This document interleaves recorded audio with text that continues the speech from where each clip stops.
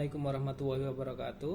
Baik, seperti yang diinformasikan kemarin, saya Muhammad Hadi Gunuha. Saya adalah pengampu mata kuliah fikih ibadah untuk semester ini di kelas kalian. Dan sebelum dimulai, saya mohon maaf karena beberapa hari yang lalu saya belum bisa maksimal dalam menjalankan tugas saya sebagai pengampu mata kuliah fikih ibadah ini, karena ada beberapa sebab. Yang pertama, karena orang tua saya barusan meninggal. Bapak saya, ayah saya barusan meninggal. Itu sebab pertama. Yang kedua, karena saya harus mengikuti beberapa rangkaian kegiatan yang dilaksanakan oleh kampus. Kemarin ada PBAK, kemudian ada juga pengukuhan guru besar, kemudian ada juga tes CPNS. Posisi saya berada di Humas dan saya harus mengikuti beberapa kegiatan tersebut. Jadi saya belum maksimal dalam menjalankan tugas saya sebagai pengampu mata kuliah fikih ibadah ini. Dan tapi setelah ini saya akan berusaha untuk lebih fokus lagi dalam menjalankan tugas saya. Oleh karena itu, mari kita mulai pertemuan ini dengan membahas tentang ruang lingkup dari fikih ibadah itu sendiri. Tapi sebelum kita mulai, marilah kita awali dengan berdoa terlebih dahulu, dengan harapan semoga pertemuan kita penuh barokah, kemudian ilmu kita bermanfaat, dan juga kita bisa mengamalkannya dalam kehidupan sehari-hari. Diridhoillah wa disafaati Rasulillah ala dini walaniyatin sholihah bi barokatil Fatihah. Bismillahirrahmanirrahim. Alhamdulillahirabbil alamin arrahmanirrahim maliki yaumiddin. Iyyaka na'budu wa iyyaka nasta'in ihdinas siratal mustaqim siratal ladzina an'amta 'alaihim ghairil maghdubi 'alaihim waladdallin. Amin. Baik, yang pertama kita akan bahas tentang pengertian lah. Kita bahas pengertian terlebih dahulu, bahwa yang namanya fikih itu secara etimologi itu berasal dari bahasa Arab, faham, yang berarti adalah faham, suatu kefahaman.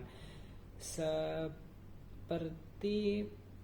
inilah. Jadi fikih itu adalah hukum-hukum syara yang menjadi sifat bagi perbuatan para hamba atau mukallaf, sehingga kita bisa menyimpulkan sesuatu itu bisa dikatakan wajib, bisa dikatakan sunnah, bisa dikatakan haram, bisa dikatakan makruh, atau mungkin bisa dikatakan mubah. Nanti kita akan membahas secara fikih. Dan fikih ini tentunya di kelompok pertama nanti kita akan membahas tentang mazhab dari fikih itu sendiri. Mazhab fikih ada banyak sekali, nanti akan dibahas oleh kelompok pertama. Dan memang ada perbedaan dalam mazhab itu sendiri. Dan kalau bisa saya mengatakan bahwa perbedaan dalam mazhab itu adalah sesuatu hal yang sangat wajar. Dan dengan adanya perbedaan itu akan mempermudah kita juga. Kenapa? Ya misalkan kalau kita berada saat haji, kita haji menggunakan salah satu mazhab, bersentuhan kulit antara laki-laki dan perempuan itu adalah membatalkan wudhu tentunya. Nah, bayangkan kalau kita sedang melaksanakan tawaf dan sangat kecil ya, untuk menghindari tidak bersentuhan kulit antara laki-laki dan perempuan secara pakaian yang digunakan oleh laki-laki seperti itu. Nah, kita diperkenankan untuk menggunakan mazhab yang lain, yang dimana bersentuhan kulit antara laki-laki dan perempuan itu tidak membatalkan wudhu, dengan syarat tidak disertai dengan ada satu mazhab tidak membatalkan wudhu, syaratnya tidak disertai dengan syahwat, atau mungkin ada yang mengatakan dengan syarat yang lainnya. Itu artinya dengan adanya perbedaan mazhab ini itu akan mempermudah kita. Nah, saya tidak akan membahas lebih detail lagi, karena untuk lebih detailnya nanti akan dibahas oleh kelompok 1 ya, kalau nggak salah ya, kelompok 1. Baik, itu adalah fikih. Jadi dengan adanya fikih itu nanti akan kita mengetahui sesuatu itu bisa dikatakan wajib, bisa dikatakan sunnah, bisa dikatakan mubah, dan lain sebagainya. Ada 5 hukum ya, hukum dalam Islam. Dan sumber hukumnya kita biasa menggunakan Al-Quran, kemudian hadis, ijma maupun qiyas. Dan itu adalah sumber-sumber yang biasa kita gunakan untuk mengetahui hukum Islam itu sendiri, yang biasa digunakan oleh ulama-ulama fikih. Itu fikih. Kemudian ibadah, yang kedua kita akan membahas tentang ibadah. Dari katanya, ibadah itu artinya adalah pengabdian, penghambaan, ketundukan atau kepatuhan. Jadi kita sebagai hamba, kita pencipta, kita adalah hamba ataupun makhluk dari Sang Pencipta, dalam arti ini adalah Tuhan Allah. Nah, kita dalam penghambaan itu adalah melakukan beberapa serangkaian ibadah. Dan ibadah sendiri nanti akan ada banyak macamnya. Kalau kita lihat misalkan secara umum ibadah itu ada yang namanya ibadah mahdhah dan juga ibadah ghairu mahdhah. Apa ibadah mahdhah? Ibadah mahdhah adalah ibadah atau ibadah yang diperintahkan dan larangan yang sudah jelas secara zahir dan tidak memerlukan penambahan atau pengurangan. Misalkan orang melaksanakan sholat, itu sudah jelas bagaimana tata caranya kita melaksanakan sholat, kemudian yang membatalkan itu apa dan lain sebagainya, rukunnya sholat itu seperti apa, itu sudah dinaskan di dalam Al-Quran, kemudian dikuatkan dengan adanya hadis. Itu yang pertama, sholat. Yang kedua ada puasa. Yang ketiga adalah zakat. Zakat tata caranya sudah ada di dalam Al-Quran. Perintah mewajibkan zakat itu ada di dalam Al-Quran, kemudian dikuatkan dengan adanya hadis tata caranya. Dan kemudian haji itu juga termasuk ibadah mahdhah. Selain ibadah mahdhah juga ada ibadah ghairu mahdhah. Apa itu? Ibadah yang cara pelaksanakannya dapat dilakukan oleh manusia. Artinya bentuknya dan ragamnya itu mengikuti situasi maupun kondisi. Misalnya adalah perintah untuk melaksanakan perdagangan dengan cara yang halal dan bersih. Perdagangan kalau kita melihat di zaman Nabi tentunya tidak sama dengan yang sekarang. Kita melaksanakan perdagangan di zaman sekarang, kita mengenal ada yang namanya perdagangan online. Jadi bagaimana tata cara melaksanakan dagangan online? Apakah itu bertentangan dengan syarat ataupun tidak? Nanti dibahas oleh fikih. Tapi poinnya yang kita bahas untuk hari ini pada semester ini bukan yang ghairu mahdhah. Karena yang perlu kita bahas untuk semester ini itu adalah ibadah mahdhah. Yang apa saja yang perlu kita bahas, saya akan sampaikan beberapa poin atau beberapa tema yang akan kita bahas berdasarkan kelompok yang akan membahas pada pertemuan selanjutnya. Dan saya harapkan pada pertemuan selanjutnya sudah dimulai untuk kelompok pertama untuk menyampaikan materinya. Baik, kita lihat materinya apa saja. Baik, selanjutnya di sini kita akan melihat RPS yang saya buat untuk mata kuliah fikih ibadah itu sendiri. Di sini dapat disaksikan ada beberapa bab yang akan kita bahas, ada tema yang akan kita bahas. Sebenarnya kita akan melaksanakan ini pada pertemuan yang kemarin, tapi karena yang saya sebutkan tadi saya belum maksimal dalam melaksanakan tugas saya, dan kita akan segera memulainya. Yang pertama, mahasiswa akan membahas tentang fikih ibadah itu sendiri, ruang lingkupnya seperti apa, kemudian kajian dari fikihnya itu seperti apa yang sudah kita bahas tadi. Kemudian setelah itu nanti saya minta silahkan kelas dibuat dalam grup. Nanti silahkan disiapkan menjadi 12 grup karena saya sudah mempersiapkan ada 12 tema yang harus kita bahas. Dan nanti silahkan dibuat makalah. Kemudian mungkin sama dengan dosen yang lain, silahkan nanti dipresentasikan. Silahkan dibuat makalah kemudian dipresentasikan melalui e-learning yang sudah disiapkan. Jadi nanti silahkan dipersiapkan dulu makalahnya. Kemudian H-1 silahkan makalah dikumpulkan kepada saya. Nanti kalau sudah dikumpulkan nanti saya akan membuat forum. Nah, diskusinya itu kita laksanakan di forum e-learning IAIN Tulungagung itu sendiri. Baik, di sini untuk kelompok pertama nanti akan membahas tentang mazhab fikih yang ada di Indonesia. Nanti akan dibahas apa itu urgensinya, kemudian mazhab dari Imam Syafi'i, Imam Maliki, Imam Hambali, Imam Hanafi, dan hikmahnya kita mempelajari mazhab itu apa, itu akan dibahas oleh kelompok 1. Dan kelompok 2, jadi itu tulisannya yang saya warnai biru itu merupakan makalah yang harus dibuat, bab yang harus kita pelajari selama 1 semester ini. Kelompok 2 nanti akan membahas tentang toharoh dan juga pirantinya, airnya klasifikasinya seperti apa, kemudian najis itu klasifikasinya seperti apa, tata cara mensucikan najis, kemudian hikmah kita mempelajari najis itu bagi manusia apa, nanti akan dibahas oleh kelompok 2. Dan berlanjut pada kelompok 3 yang akan membahas tentang sholat wajib. Untuk sholat wajib ini tentunya kita harus mempelajari syaratnya seperti apa, kemudian rukun, sunnah, apa saja yang membatalkan sholat. Kemudian untuk sholat nanti ada beberapa pertemuan yang kita akan membahas sholat. Di sini saya klasifikasikan menjadi sholat wajib dan juga sholat sunnah, ya kan?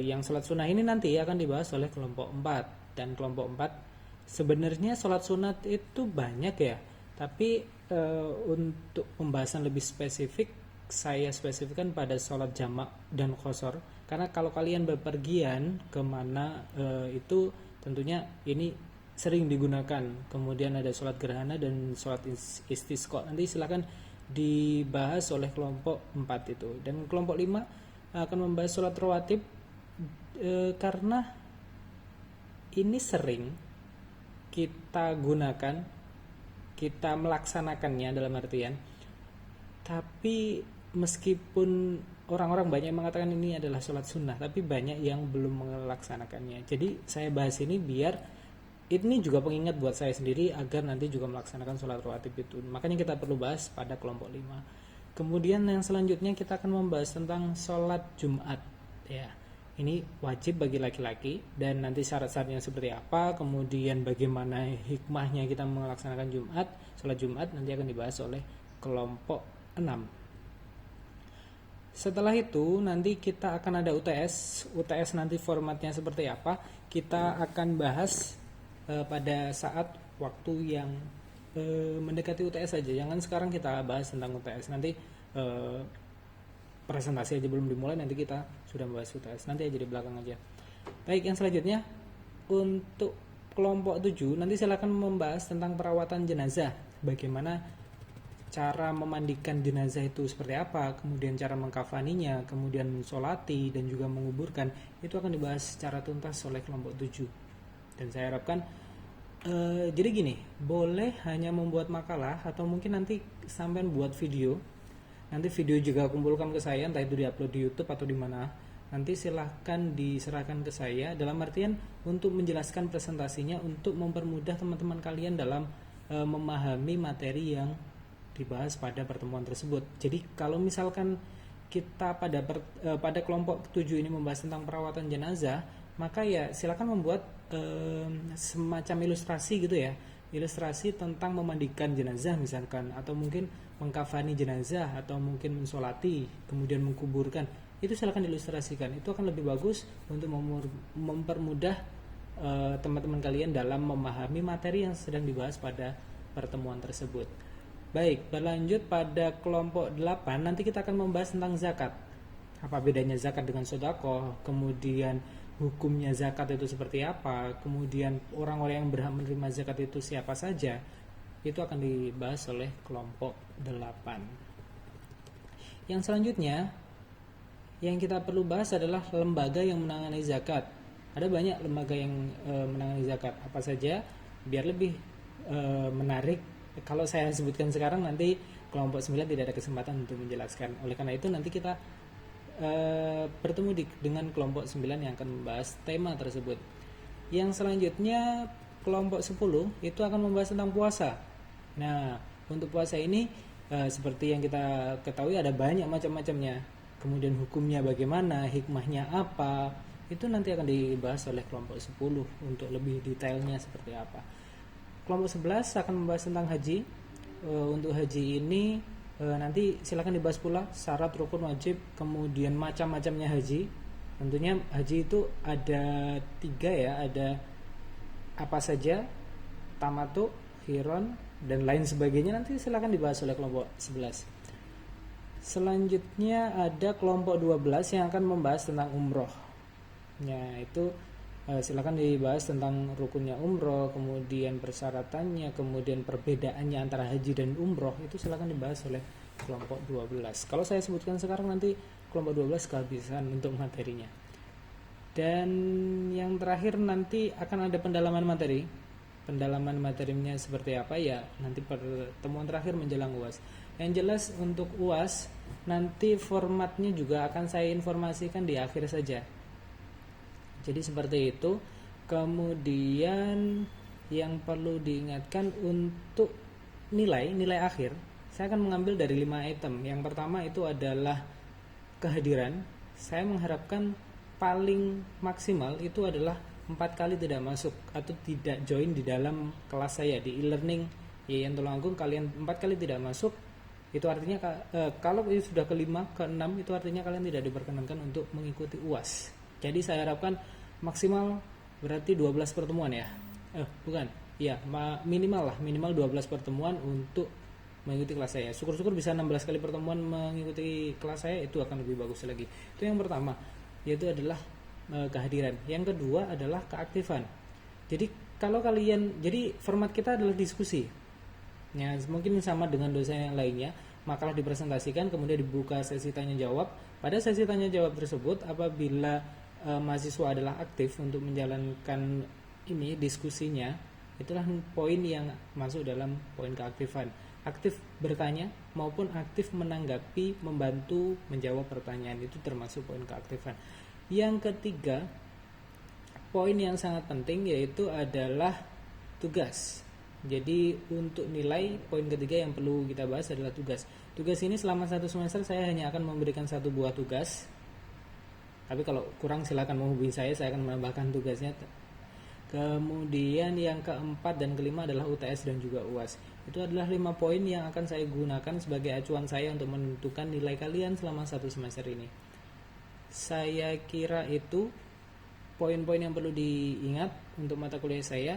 Jadi mulai pertemuan depan saya harapkan untuk kelompok pertama, atau mungkin sebagai gantinya kalau memungkinkan minggu ini sudah memungkinkan untuk menjalankan presentasi, saya persilakan. Tapi kalau belum mampu untuk menjalankannya pada pertemuan dalam minggu-minggu ini, saya perkenankan untuk minggu depan karena masih pertama. Tentunya untuk kelompok pertama itu tidak akan sama dengan kelompok yang lainnya nilainya, karena kelompok pertama memerlukan usaha yang lebih untuk mengumpulkan materi untuk pertemuan pertama.